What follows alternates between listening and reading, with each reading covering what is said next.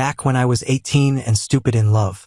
For Valentine's Day, I showed my love for Ethan Booth by memorizing 520 vocabulary words. To prove his love was just as strong, he immediately memorized 1,314 in return. We were so in love it made us idiots. We promised we'd both get into Harvard. In the end, he went to study abroad and I got rejected. Years after graduation, we met again on a construction site. Under the blazing sun, my t-shirt was soaked through with a grimy mix of sweat and dust. I was a complete mess. And he was the client, there for an inspection. Come on, Ryan, another toast to Mr. Booth. In the private room at the hotel restaurant, I picked up the glass in front of me and, facing the head of the table, downed it in one go. My stomach, already full of alcohol, burned like it was on fire. But I had to keep a smile plastered on my face while my heart ached with a bitter, sour feeling. At the head of the table, Ethan Booth drank alone, a blank expression on his face. He didn't even spare me a glance. My boss, Mr. Davis, tried to smooth things over for me. Mr. Booth, you see, Ryan didn't mean any harm. He was just trying to do a good thing and messed up. He saw the workers' helmets were old and worn out, and since his inspection was done, he gave his to one of them. It's not that he was careless and forgot to wear a hard hat. The contractor, Mr. Wong, didn't like the sound of that. Hey, are you saying this is my fault, Mr. Davis? No, Mr. Wong, that's not what I meant. At all, I couldn't just stand there and watch my boss suck up to these guys and drink on my behalf. So I drank one glass after another, red wine and white liquor, mixing them all. But in the moments between drinks, I couldn't stop myself from stealing glances at Ethan. A trendy young man sat beside him, his business partner. He was also the main investor for the new tech park we were building. He slid a full bottle of liquor across the table toward me. All right, everyone calm down, he said. How about this? Do-me a favor. Ryan downs this bottle and we'll call it even. I stared at the bottle of premium, high-proof liquor, my hand trembling slightly as I held my glass. Mr. Davis's face turned pale. Mr. Gordon, this is... Ryan's already had a lot to drink. Another full bottle of this stuff. Something bad could happen. Ryan's just a designer's assistant, not even an associate designer, and he's out on the site playing foreman? That's not right. Where does that leave Mr. Wong's reputation? Mr. Wong, already visibly tipsy, puffed out his potbelly and patted his greasy face. Exactly. A junior assistant and you pull a stunt like that? It's a slap in my face. Are you trying to say I don't provide my workers with good hard hats? I listened as Alex Gordon, with his sly, fox-like eyes, fanned the flames and twisted the truth. I instinctively looked toward Ethan. He was staring down at his phone, looking bored. Not drinking, not trying to stop the drinking, just ignoring the passive-aggressive jabs flying around. My throat was dry. I let out a self-deprecating laugh. I picked up the bottle and filled my glass. 3 glasses in total. I raised the first one. My apologies, Mr. Wong. I wasn't thinking things through today. I'll drink this one to penalize myself. With that, I tilted my head back and drank it all down. The fiery liquor burned a path from my tongue down to my stomach. I put down the empty glass and picked up the second. Mr. Gordon, thank you for giving me the chance to clear up this misunderstanding today. This one's for you. Another glass went down, and a sharp pain began to throb in my stomach. But I couldn't bend over. Instead, I forced my back even straighter. And the third glass is for Mr. Booth. After the third glass, I held it in as long as I could, but I couldn't stop myself. I ran to the bathroom and threw up violently. Sharp, stabbing pains shot through my stomach, so intense I couldn't even stand. I ended up kneeling on the floor, feeling like I was going to vomit up my own bile. After I was done, it took me a long moment to find the strength to get up. When I pushed open the stall door, I saw a tall figure standing at the sinks, slowly washing his hands. It was Ethan. With no one else around, I couldn't suppress my feeling of injustice any longer. What, here to see if I've drunk myself to death yet? He turned around, drying his hands with a paper towel. All these years, and you still can't say a single nice thing. This cold, sharp version of Ethan was a stranger to me. I forced a smirk. You've certainly gotten more cutting. He glanced down at me. I've still got a lot to learn from you. My stomach was already hurting, and his cold words pushed me over the edge. A wave of hurt and pain washed over me. Suddenly, my stomach convulsed, and my vision went black. When I opened my eyes again, I was in a hospital bed with an 4 in my arm. Ethan was sitting by my bedside, his eyes closed, resting. Only then did I get a real chance to look at him. He had matured so much. His face was sharper, more defined. The last traces of boyishness were completely gone.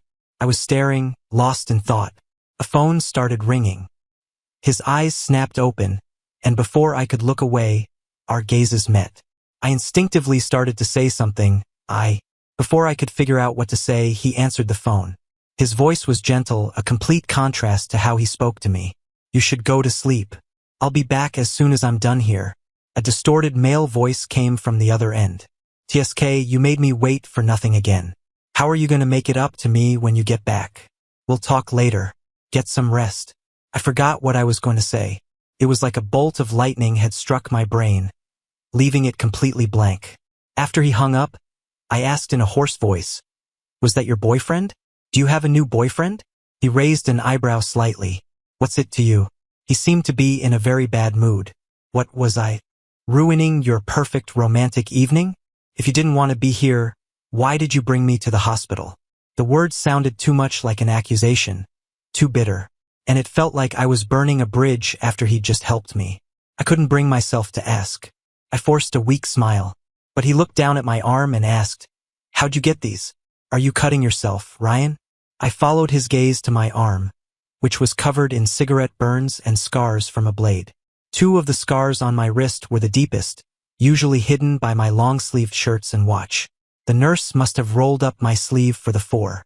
My ugly, scarred arm was on full display. I felt a deep discomfort, like being seen naked. I tried to pull my sleeve down. Of course not, I retorted instinctively. Do I look like the kind of person who would self-harm? I feigned a self-deprecating tone. I was with a real piece of work. He was into that kind of stuff. And you just let him do that to you? Ethan's tone was sharp, almost aggressive. Weren't you afraid he'd kill you? What's it to you? It's not like you want to be with me anymore. My heart sank, but I tried to maintain my sharp, defensive front. Because I loved him. I was into it. You're pathetic, Ryan. He threw those words at me and left, leaving me alone in the hospital bed to curl up into a smaller and smaller ball.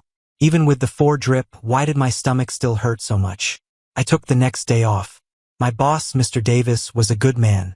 It's rare to find an architect of his stature with such a good temper. He didn't hold it against me, and understanding that I had drunk myself sick, he gave me 2 extra days off. I checked the calendar and decided to go back to my hometown upstate. It was the anniversary of my mom's death.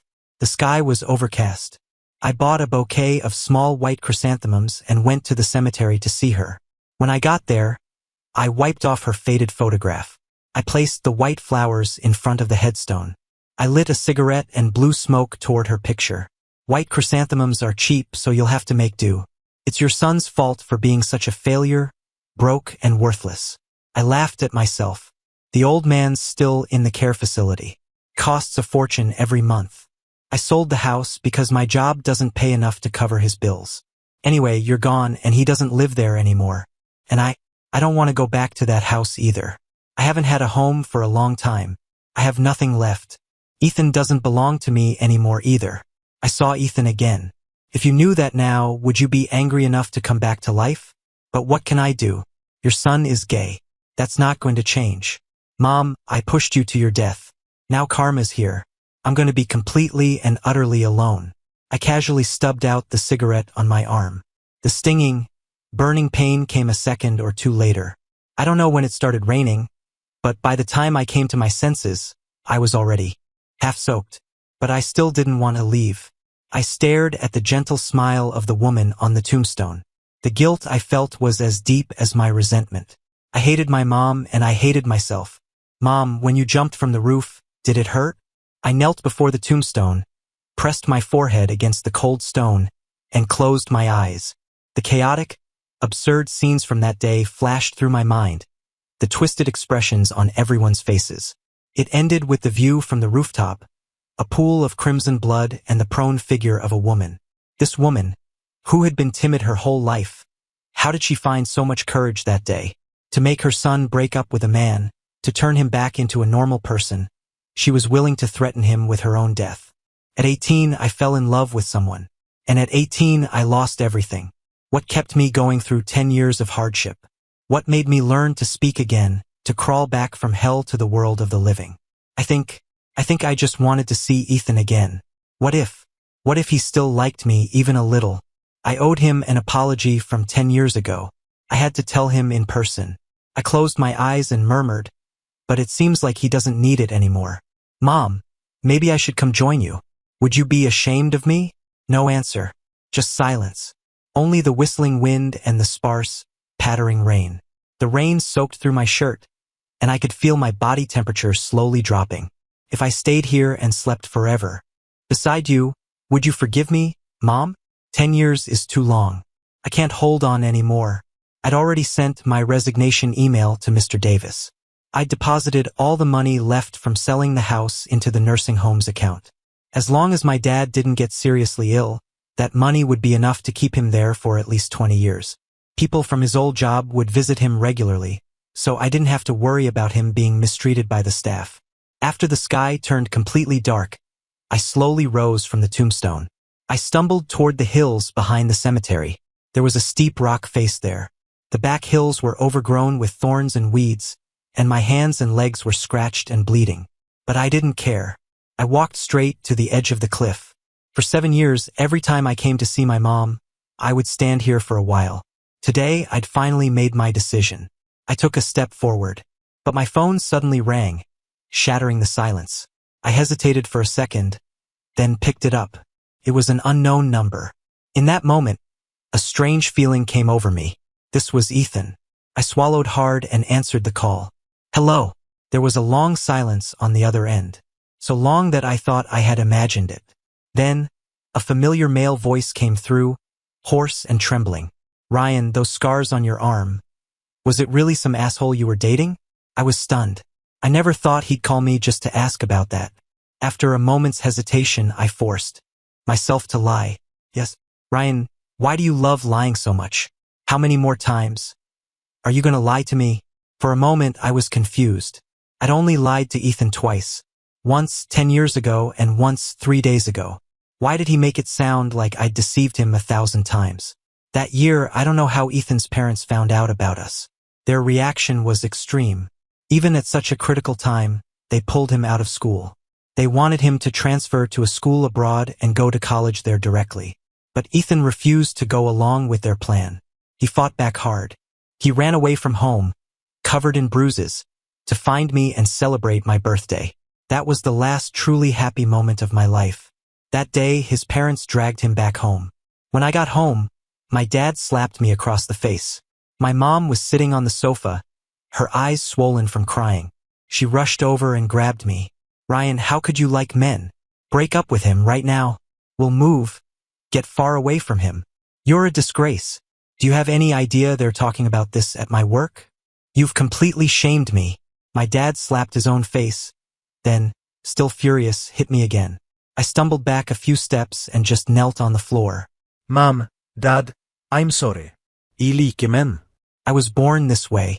I was the one who pursued him. Shut up. My dad came at me and kicked me square in the chest. A sharp pain shot through me. I collapsed to the ground, curled up, and couldn't get up for a long time. My mom was horrified. She grabbed my dad and pleaded with me. Ryan, apologize to your father. Tell him you don't like that boy anymore.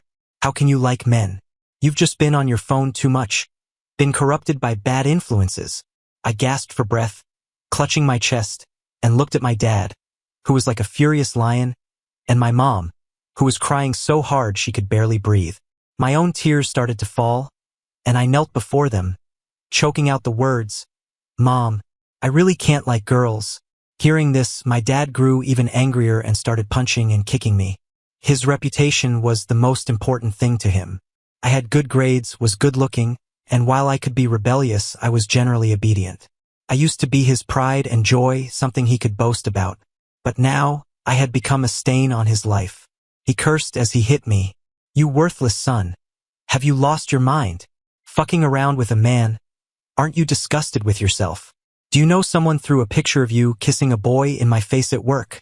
And now you have the nerve to tell me you like men? I raised you all these years just for you to piss me off. The more he talked, the angrier he got and the harder he hit. I'm telling you, you have to stay away from that boy, or I'll beat you to death. I curled up on the floor, protecting my head, letting him hit and curse me. I didn't know what hurt more, my body or my heart. My eyes were filled with pain and confusion. I didn't know what I had done wrong. Your sexuality is something you're born with. I just fell in love with someone. I didn't break any laws or deceive anyone. My mom went from joining in the scolding to seeing my dad lose control. She tried to pull him away, but he just shoved her off. Stop hitting him. You're going to kill him if you keep this up. My mom tearfully tried to come and hold me, but my dad pulled her back again, pushing her so she slammed her back against the coffee table. She cried out in pain. I immediately looked up. Mom, are you okay? Tears filled my mom's eyes, and she suddenly screamed and ran out the door. Frank, if you beat our son to death, I'll die with him. You can live on your own. As she said this, she started running up the stairs. Forgetting everything else, I scrambled to my feet and chased after her. My dad froze for a moment, his senses returning, and then he followed us. I never knew my gentle, seemingly fragile mother could run so fast. She ran all the way to the top floor and stood on the stone railing, looking at me with tears streaming down her face, pleading, Ryan, break up with him. Is he more important than us, than your family? My lips trembled. I wanted to go and pull her down, but she just screamed, so I had to stop. I couldn't answer her question, because this wasn't something that would be solved just by me breaking up with Ethan. I liked men. If it wasn't Ethan, it would be some other guy. I couldn't lie to them and promise to find a girl, get married, and have kids. That would be agony for me and even more unfair to the girl. But right now, I didn't dare provoke my mother. I could only beg her, please just calm down. Come down from the railing. We can go home and talk. Okay? A crowd was starting to gather below, and some neighbors who lived near the top floor came up to the roof to try and reason with my mom. This was company housing. Everyone knew each other. But then my dad suddenly spoke up. Ryan, are you still not going to agree? Are you trying to force your mother to kill herself? As soon as he said that, a hush fell over the rooftop. All eyes turned to me. My head spun for a second. I looked at my dad. His eyes were full of grim determination. My parents, together, were using my mother's life to blackmail me. I was silent for 2 seconds, then knelt before my mother. An image of Ethan flashed through my mind, from just a few hours ago.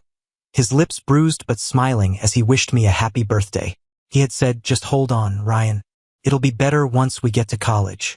We'll leave this town and go to Boston, to the best university together. Once we get to college, we'll be free. I closed my eyes, a tear sliding down my cheek. My voice was impossibly hoarse. Okay, Mom, I'll break up with him. Please come down, okay? My mom's tears turned to a smile. That's right, she murmured. Just break up and our family can go back to how it was. My dad had a satisfied, almost triumphant look on his face. He quickly went to help my mom down. But I don't know if it was because it was getting dark, or if her nerves suddenly gave way. My mom suddenly swayed and fell backward. My dad grabbed her hand and pulled with all his might, but he couldn't hold on. The force of her fall pulled him forward, too. The scene played out in my mind like it was in slow motion. I watched, frozen, as my dad's face filled with terror and he let go. Mom! The moment she started to wobble, I had scrambled up and lunged forward, but it was too late. I could only watch as she fell, finally becoming a blossom of blood on the pavement below. Screams and gasps erupted from everyone, on the roof and on the ground. A moment later, my dad came to his senses and slapped me across the face. You animal! You killed your mother! I was in a daze. The world suddenly felt very far away. All the voices, the screams and accusations, became distant. My eyes could only see that flower of blood. Growing up, my mom had always been so gentle. She was timid, afraid of bugs, and even more afraid of pain. She used to say the most painful thing she ever experienced was giving birth to me. It hurt so much that she didn't want a second child. I was her only son, her only treasure. Mom, what hurt more? Giving birth to me or falling from the 12th floor?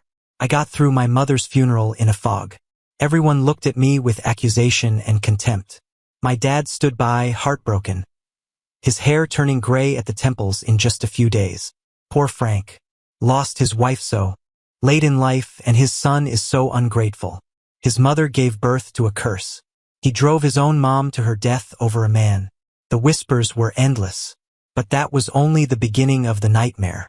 After my mom's funeral, with only 3 months left until the college entrance exams, my dad suddenly went to my school, pulled me out, and sent me to a conversion therapy center deep in the mountains. It was a closed facility. The staff, who called themselves instructors, were all smiles with my dad, promising they could fix my sexuality. Homosexuality is a disease.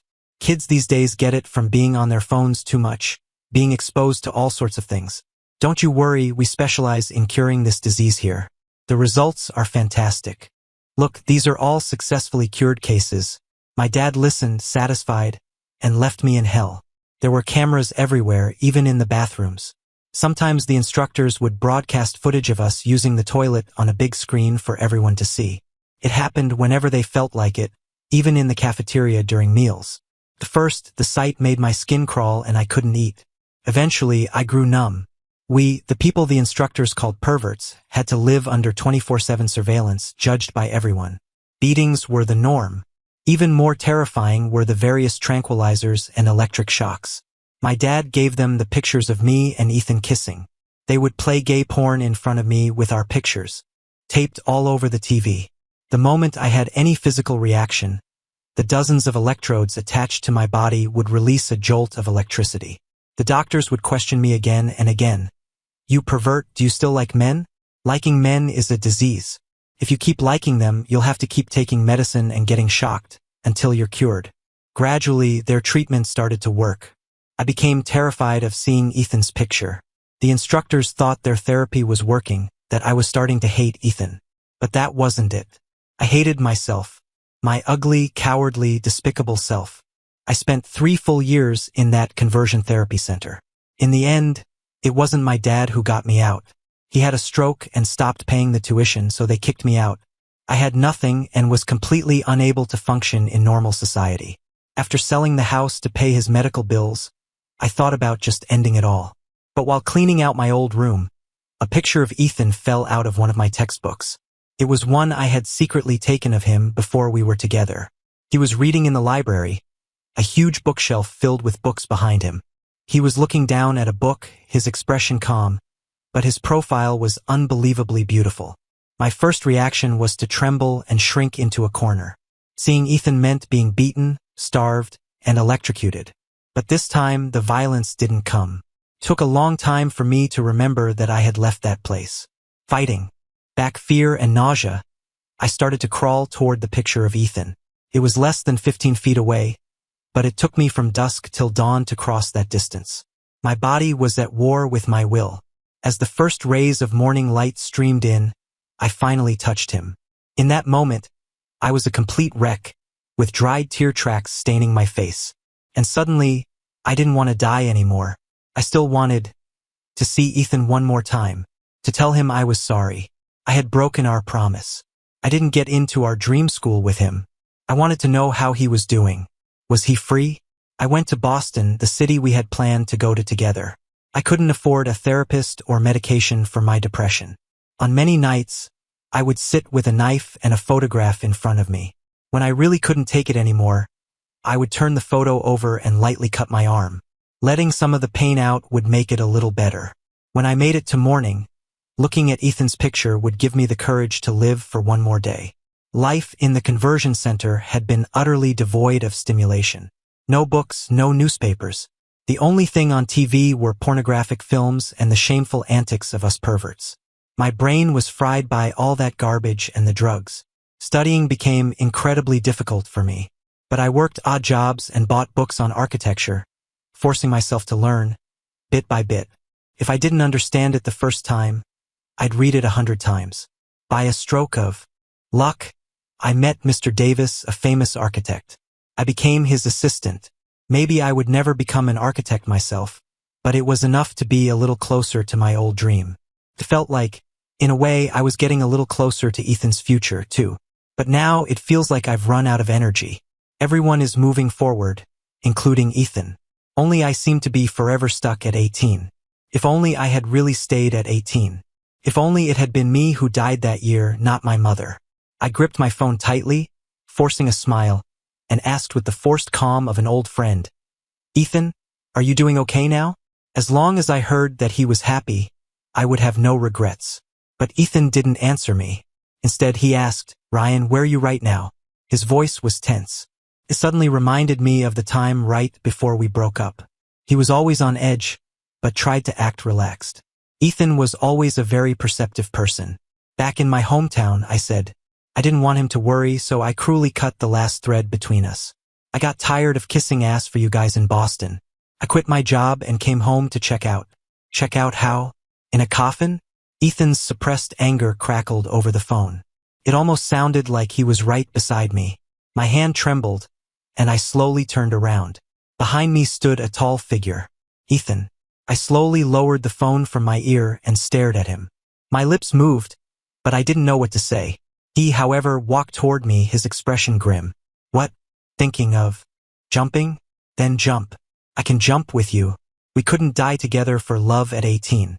It's not too late at 28. He was so intimidating that I couldn't help but step back. The ground was wet from the rain. Suddenly, my foot slipped, and I fell backward. Behind me was nothing but the jagged cliff face. My pupils constricted in terror. But the next second, an arm wrapped around my waist, pulling me into an embrace. We both fell forward onto the ground with the force of gravity. For the first time in 10 years, I was in Ethan's arms. His arms were stronger than they were 10 years ago, holding me so tightly it felt like he was afraid I'd slip away. His heart was pounding, a torrential downpour against my back. "Ryan, you're so damn cruel. What are you doing here?" I asked, my voice trembling. He didn't answer, just held me tighter, as if trying to merge me into his very bones. Ethan took me to the hotel where he was staying. It took me a while after we got to his room to come to my senses and ask, "Why are you staying in a hotel instead of at home? His parents should still be around and well." Ethan had been silent the whole way. He took a towel out of his suitcase, pushed me into the bathroom, and wordlessly started pulling off my clothes. I tried to fight back, but it was useless. He was too strong. He stripped me completely naked. I looked down, my shoulders hunched, standing awkwardly under the bright bathroom light with nowhere to hide. I instinctively crossed my arms, trying to cover the crisscrossing scars. But it was no use. I couldn't hide them all. Ethan tilted my chin up, forcing me to look at him. I met his gaze and saw that his eyes were red. A lump formed in my throat, and I turned my head away. He was silent for a long time before turning on the water to wash me. When his fingers brushed over the wounds on my arms, his touch was incredibly gentle. After he was done, he told me to go to sleep, but he went out to the balcony to smoke and make a phone call. I don't know what was said on the other end, but his expression grew colder and colder. His eyes like those of a wolf whose cub had been hurt, full of pain and ferocity. Finally, he stood with his back to me for a long time. I couldn't see his face. I felt a bit lost, unsure of how things had gotten to this point. Doesn't he have a new boyfriend? My mind was a mess. There was no way I could sleep. But when he came back inside, I closed my eyes and pretended to be asleep. He sat on the edge of the bed all night, just watching me. I felt his fingers hovering over my face, as if tracing my features in the air. I couldn't see it, but I could feel it. "Ryan, Ryan." His voice was full of pain. I was confused, but I didn't dare respond. He stayed like that until morning, when he went back to the balcony to take another call. When he came back in, the atmosphere around him was heavy. He woke me up, his voice hoarse. I pretended to be slowly waking up. "Can we go back to Boston first?" He was speaking quickly and had already packed all his luggage while I was getting ready. As soon as I finished washing up, he grabbed my hand and pulled me toward the door. But the moment we opened it, we came face to face with a middle-aged couple. A shiver ran through me. It was Ethan's parents. Ethan let go of my hand and pushed me back into the room. "Ryan, stay in here. Don't come out." His voice was low, as if he was suppressing something. Before I could react, his mother lost it. Her eyes red as she screamed at him, "Ethan, are you really going to fight with us over a high school dropout?" He's a man. What you're doing is wrong. It's sick. Ryan, get back in the room. Ethan, come home with us. Ethan and his father spoke at the same time. Compared to his mother's hysterics, his father seemed much calmer. My mind was spinning. The way his mother looked at me, it was like she wanted to kill me, to drink my blood and eat my flesh. But she was still Ethan's mother. At least Ethan's parents were alive and well. I didn't want him to end up like me. I tried to pull my hand out of his. Ethan, you should go home with your parents first. Ethan whipped his head around, his grip on my hand tightening until it hurt. Don't call them that. They don't deserve it. Hearing this, his mother completely lost control. Ethan, I must have sinned to have given birth to you. Are you going to abandon your parents and your home for this pervert who drove his own mother to suicide? Do you think this guy loves you so much? He's just after our family's money, after the fact that you're successful now. Don't you know his father had a stroke and is paralyzed? He doesn't have the money to take care of him, so he's latched onto you again. Why else wouldn't he have contacted you for all these years? The moment you come back to the country, he's on you like a fly on meat. He's a parasite. My body temperature dropped with every word she said, until I couldn't help but shiver. I looked at Ethan, wanting to explain that it wasn't like that. But I opened my mouth and no sound came out. The scene in front of me started to distort. The whole world began to shake. A black fog spread across my vision, obscuring everything. Run. Just run, Ryan. Run to a place where no one knows you. How can you say that without feeling ridiculous? Do you have any shred of morality or shame left? Ethan's trembling voice questioned his own mother. Why did Ryan drop out of high school? Wasn't it all your design? How did his parents find out he was with me? Why was he sent to a conversion therapy center? You used his phone number to lie to me for 3 years. The color drained from both his parents' faces. His mother blurted out, How do you know? But she immediately tried to backtrack. We just told his parents the truth. You two should never have been together in the first place. If you hadn't been messing around, none of this would have happened. His father also spoke, his voice stern. Ethan, you're a grown man now. It's time to be sensible. Be good and come home with us. As for this person, if you're really that worried, we'll pay to have his father taken care of. Then you'll have done more than enough. You have a bright future ahead of you. There's no need to defy your parents and throw it all away for a man like this. Ethan didn't back down. He held my hand tightly and faced his parents.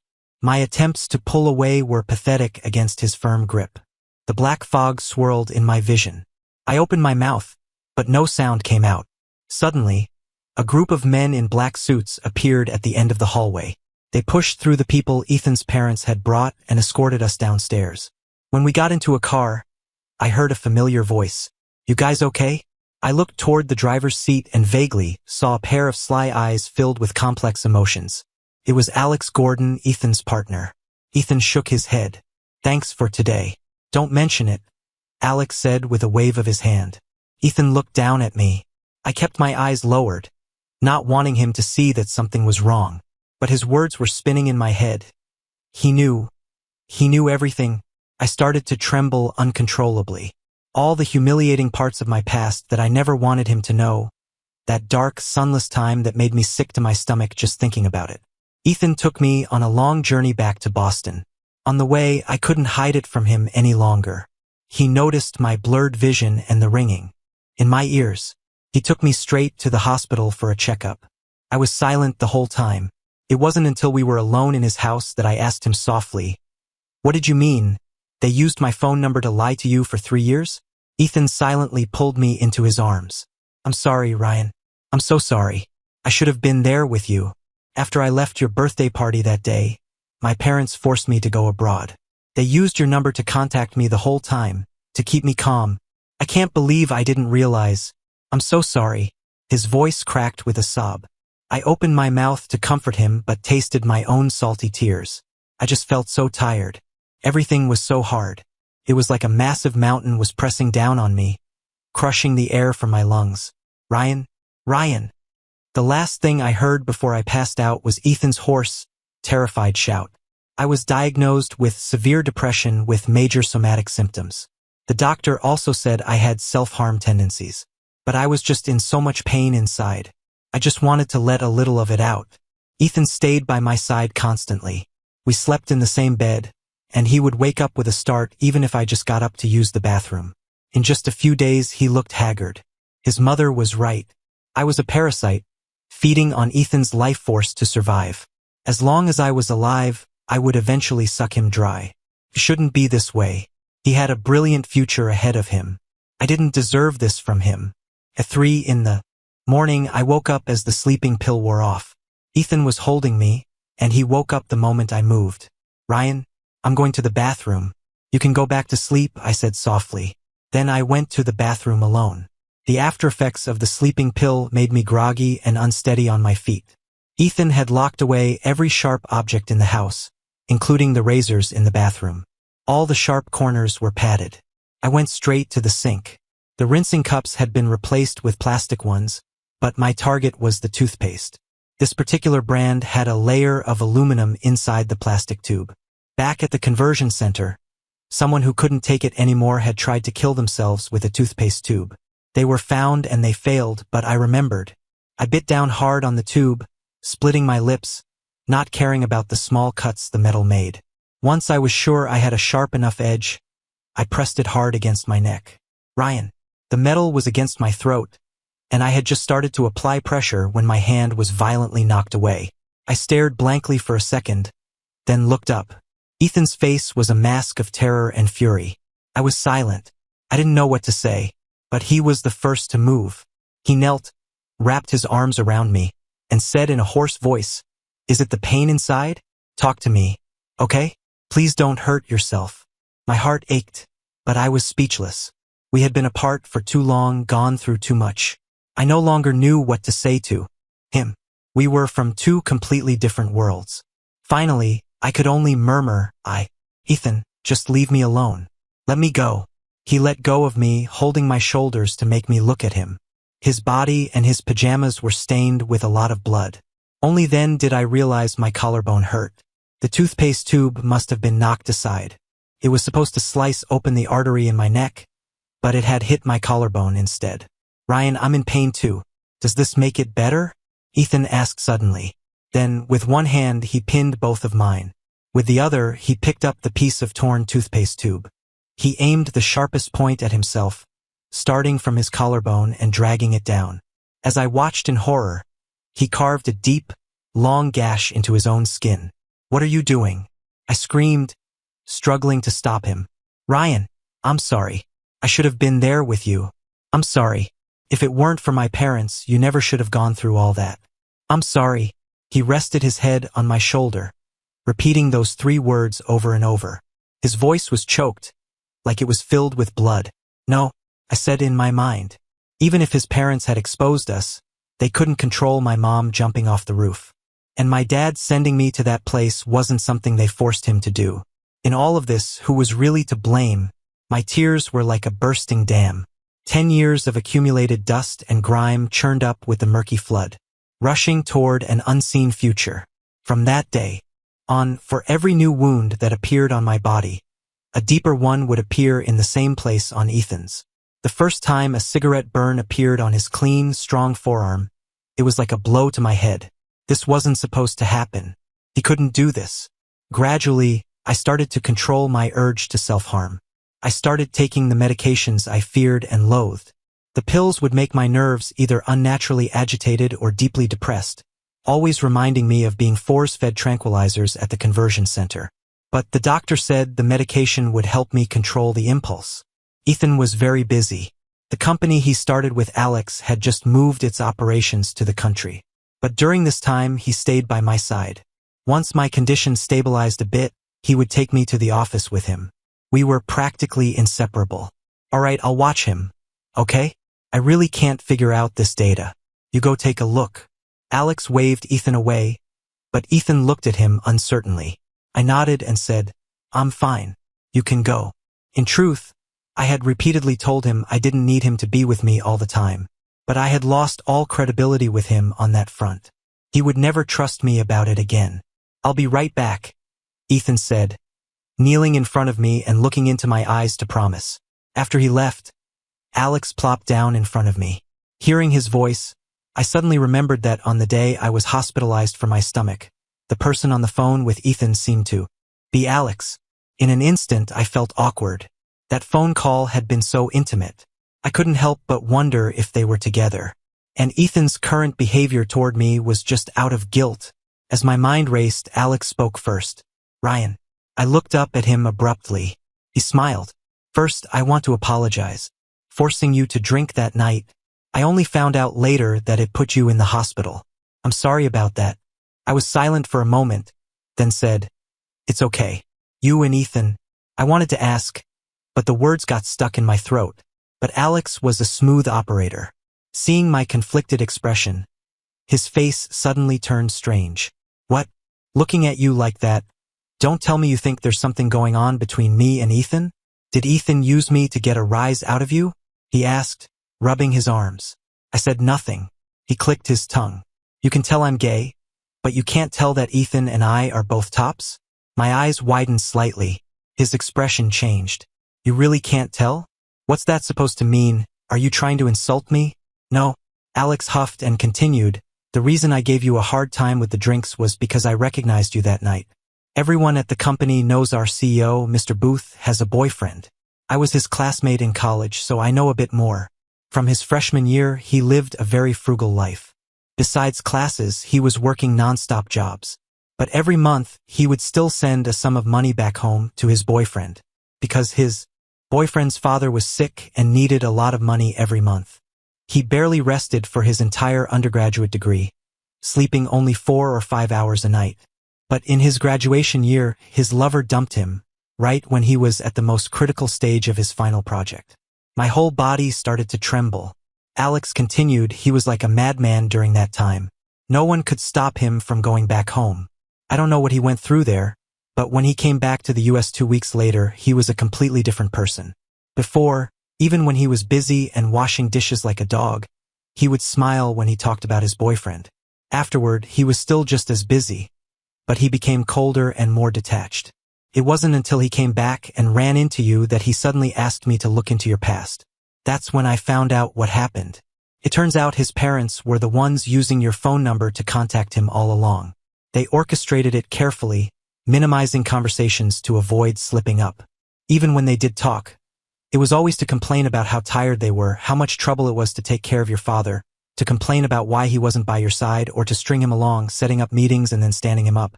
His parents were trying to use the tedious, stressful realities of life to make Ethan resent you. But he never once thought you were a burden. He only blamed himself for not being able to help more, for being too incompetent. Alex's expression grew serious. He only learned the full story when I told him what my investigation turned up. I was stunned. I could never have imagined that was what Ethan's life was like abroad. His family was well off. How could his parents have been so cruel to him? My heart clenched painfully. Alex looked at me and said seriously, I'm not telling you this so you'll forgive his parents or anything. He can't even forgive himself. I just think, you both survived such a difficult time on your own. He worked so hard for so long, to finally have the ability to be free with the person he loves. Ryan, don't die just before the dawn. 3 years later. Are the results out? The moment Ethan walked in, he hugged me, squeezing onto the sofa and staring nervously at my computer screen. I kept my head down, hugging my knees, not saying a word. He immediately tried to comfort me. It's okay. We can just try again next year. You're already amazing. He pulled me into his lap. I still didn't say anything. He kissed my forehead, then slowly moved down to my lips. His lips and tongue teased me relentlessly, but I acted completely uninterested. He pulled away from my lips and whispered coaxingly, Don't be upset. If you still want to take the exam, we'll do it again next year. If you don't, that's fine too. No pressure. We have plenty of money. You can do anything you want. I saw the landscape designs on your desk. I'll fund it, find you a piece of land, and we can build that garden first. How about it? I buried my head in his neck, my shoulders shaking slightly. Why are you crying? It's just an architect's license. It's not like when we were in high school. They're not worth that much anymore. Don't cry. How about tonight I wear that uniform you bought me? You said it. I suddenly lifted my head, my eyes crinkling into a smile as I looked at him. He froze for a moment, then touched my dry cheeks in confusion. You're not crying. Then what's this wet spot on my neck? My drool. I was smiling so hard I forgot to close my mouth. I laughed. Take a closer look at my computer screen. He looked down. Well, I'll be damned. You passed. Are you messing with me? He started tickling me. As I squirmed away, I demanded, what did you just say? You said my architect's license isn't worth much. I said no such thing. Not many people in the entire state can pass that exam. This value goes without saying. You better believe it. I lifted my chin at him. Go take a shower and change. Tonight, you do what I say. Fine, I'll go, I'll change. I'll listen to you. I watched Ethan walk into the bedroom, then looked down at the computer screen again. For the past 3 years, I had been in active treatment.